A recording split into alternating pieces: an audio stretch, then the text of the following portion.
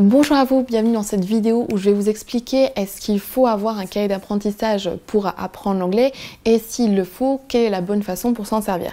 Restez bien jusqu'à la fin parce que je vais vous donner les 7 erreurs que vous faites certainement et qui vous empêchent de profiter pleinement de ce cahier d'apprentissage qui en effet peut être utile.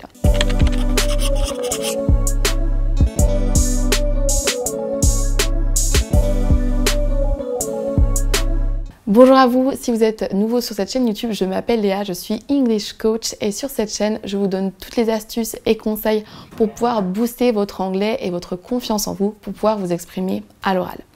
Alors, faut-il oui ou non un cahier d'apprentissage? Alors là, la réponse, elle est pas noire ou blanc, c'est comme toujours, ça dépend de vous et de votre personnalité, etc. J'ai plein d'élèves pour qui ça marche très bien, il y en a d'autres pour qui ça ne marche pas du tout et ils n'aiment pas ça. Ils ont beau essayer, ils ont beau persévérer, ils n'arrivent pas à s'y mettre. La règle de base pour moi, c'est on a beau vous donner des conseils, j'ai beau moi vous donner mon avis sur la question, c'est à vous ensuite de prendre ces éléments et de faire le tri pour voir si c'est pertinent pour vous ou non. La règle de base pour le cahier d'apprentissage, c'est que si vous l'utilisez mal, et vous allez voir ensuite les 7 erreurs que je vais vous partager dans cette vidéo, il vaut mieux pas en avoir du tout. Si à l'inverse, vous prenez les conseils que je vous donne maintenant dans cette vidéo et que vous les appliquez, oui, un cahier d'apprentissage, ça peut être une super opportunité pour progresser. Alors passons à l'erreur numéro 1. L'erreur numéro 1, c'est de vouloir toujours reprendre un nouveau carnet. Je vous connais, à chaque fois que vous reprenez votre apprentissage de l'anglais après des mois ou des années de pause, vous avez envie de vous acheter un nouveau carnet, tout beau, tout propre et de reprendre de zéro. Alors en soi, rien de grave, mais le problème c'est que vous allez laisser aux oubliettes tous les carnets que vous avez accumulés pendant des années et parfois vous en avez une dizaine. Vous avez passé du temps à recopier plein de mots dans tous ces carnets et c'est dommage de repartir de zéro à chaque fois. Pour moi, c'est intéressant de vraiment prendre le temps d'aller revoir ces anciens carnets que vous avez passé du temps à utiliser, vous avez passé du temps à copier tous ces mots. C'est dommage de ne pas les reprendre et d'aller ensuite regarder tout ce vocabulaire que vous avez identifié. Donc ça, c'était l'erreur numéro 1. L'erreur numéro 2, c'est de vouloir tout copier dans votre carnet.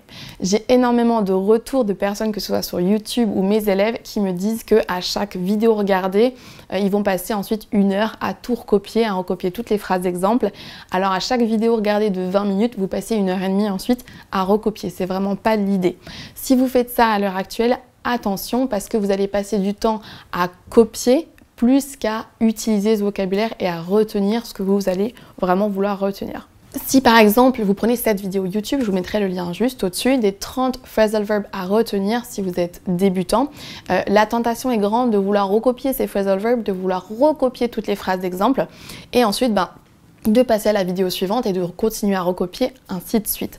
Le problème avec ça, c'est que le fait de recopier à l'écrit sur un carnet ne va pas faire que vous allez retenir ce que vous avez marqué et ça va pas faire non plus que vous allez penser à vous en servir. Donc attention, si c'est votre tendance à vous, et vous n'êtes pas le seul si vous le faites, de passer du temps sur YouTube et tout recopier ensuite à l'écrit, c'est pas la solution, c'est vraiment pas le plus efficace si vous voulez passer un cap à l'oral et que vous voulez pouvoir utiliser tout ce que vous apprenez. Donc attention, faites bien le tri dans ce que vous recopiez. Ne recopiez pas tout ce qui est sur YouTube. Si vous avez les 70 expressions pour parler anglais couramment, ne recopiez pas ces 70 expressions. Faites le tri en utilisant la loi de Pareto, la loi du 20-80. Cette loi dit que 20% de ce qu'on utilise en anglais va nous servir 80% du temps. Donc 20% du vocabulaire qui existe en anglais va vous servir 80% du temps. Donc faites bien le tri entre est-ce que cette expression est utile pour moi ou est-ce qu'elle ne l'est pas. Donc quand je vous dis que faire le tri c'est indispensable, vous ne pouvez pas retenir 20 mots, 15 mots, 30 mots par jour. Vous ne pouvez pas retenir tout ça, c'est juste pas possible. Des études ont montré que les enfants jusqu'à 3-4 ans, quand ils apprennent leur langue maternelle, retiennent environ 3 nouveaux mots par 90 minutes réveillés.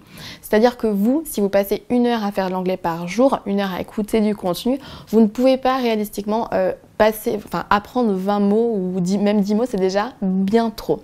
Les enfants, eux, quand ils apprennent leur langue maternelle, n'en apprennent que 3 toutes les 90 minutes, donc ça fait 1 toutes les 30 minutes.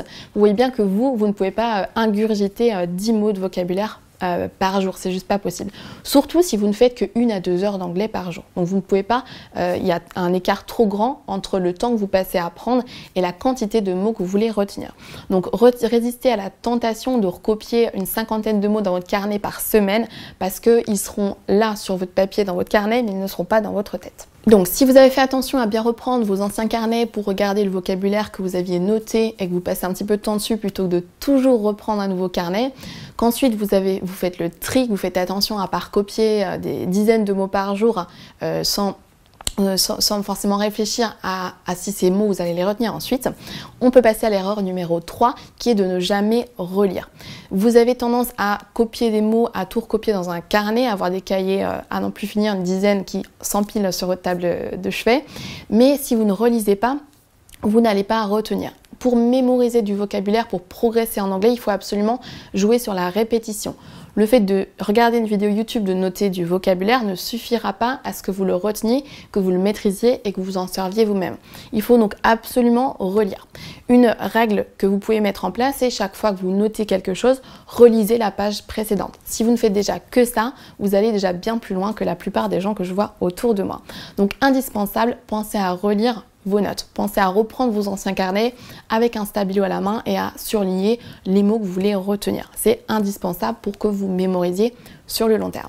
On peut passer à l'erreur numéro 4 qui est là vraiment de par visuellement comment se présente un carnet.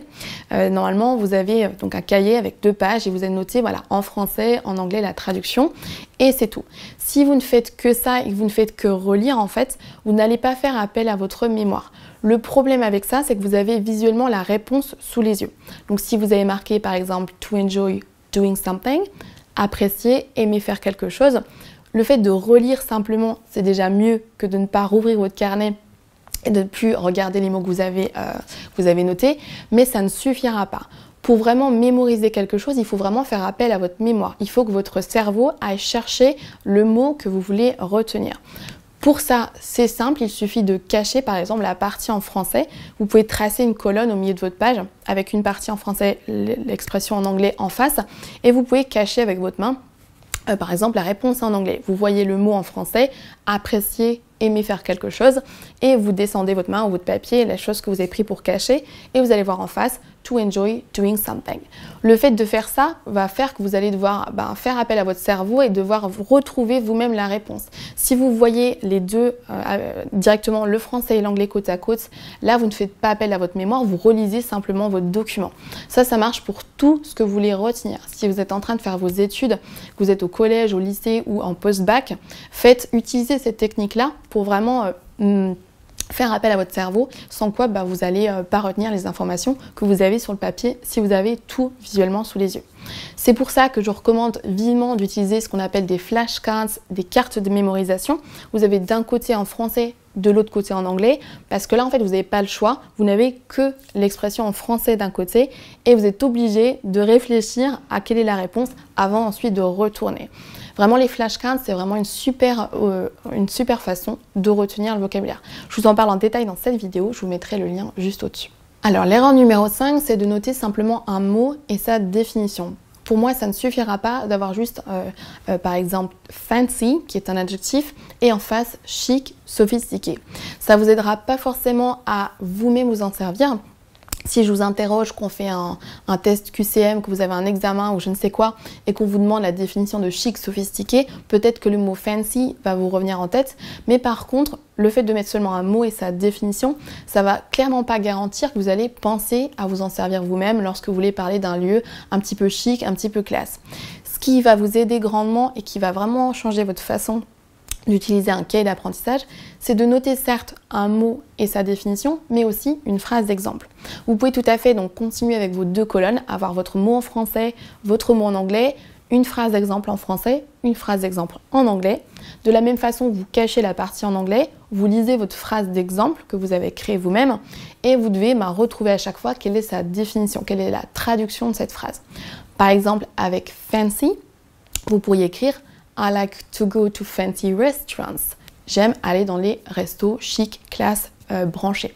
Vous pourriez aussi écrire I don't like to wear fancy dresses, even for New Year's Eve.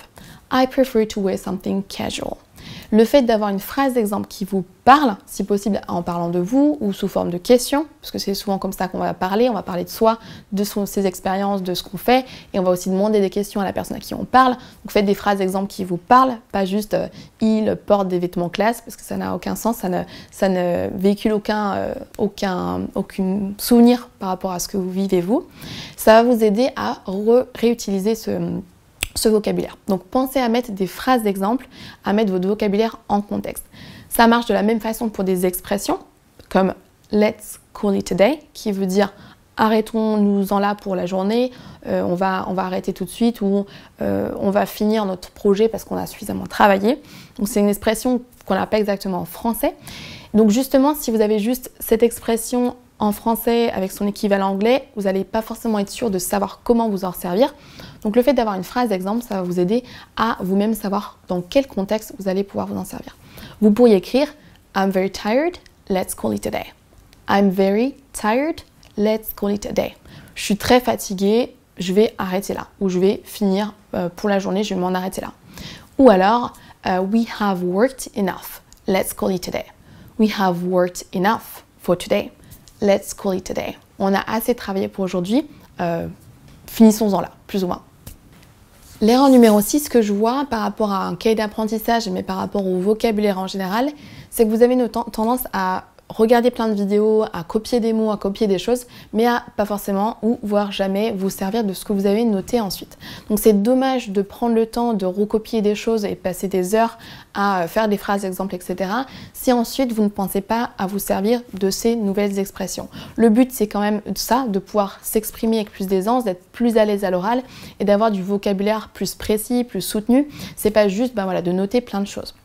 Donc attention, le but d'un cahier d'apprentissage, c'est pas juste d'avoir plein de mots au même endroit et puis de ne plus jamais rouvrir ce carnet, c'est vraiment de vous aider à passer un cap en anglais et à pouvoir vous exprimer avec plus de nuances, plus de facilité. Donc ce que je vous conseille de faire, c'est vraiment de reprendre vos carnets, de relire, de si possible prendre un stabilo, moi c'est comme ça que je fonctionne, et de surligner les expressions que vous voulez vraiment vous mettre à utiliser.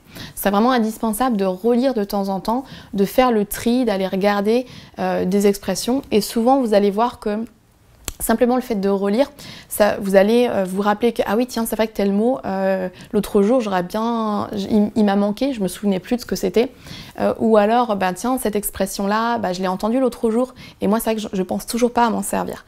Donc le fait de relire, ça va vous aider à vraiment vous forcer à utiliser tout ce vocabulaire. Donc gardez bien ça en tête, noter des mots c'est bien, mais le mieux c'est de s'en servir. Donc l'erreur numéro 7, la dernière que je vois beaucoup de gens faire, c'est de ne se reposer que sur le cahier d'apprentissage et de ne pas tester d'autres méthodes. Il existe énormément de façons différentes de retenir du vocabulaire, parce que souvent un cahier d'apprentissage, c'est ça le but, c'est de prendre du vocabulaire, de le mettre à un endroit pour pouvoir le retenir. Vous pouvez tout à fait utiliser des flashcards, vous pouvez utiliser plein de méthodes différentes, des post-it que vous pouvez placer partout dans votre maison. J'ai même des élèves qui écrivent sur le carrelage de leur cuisine. Vous pouvez écrire sur le miroir de votre salle de bain, peu importe, soyez créatif, mais faites en sorte que le vocabulaire que vous voulez retenir soit visible un petit peu partout. J'ai même des élèves qui écrivent un mot ou deux par jour sur leurs mains, peu importe, soyez créatifs, il y a plein de façons de faire et le cahier d'apprentissage, c'est pas la seule et unique solution. C'est tout à fait complémentaire du reste.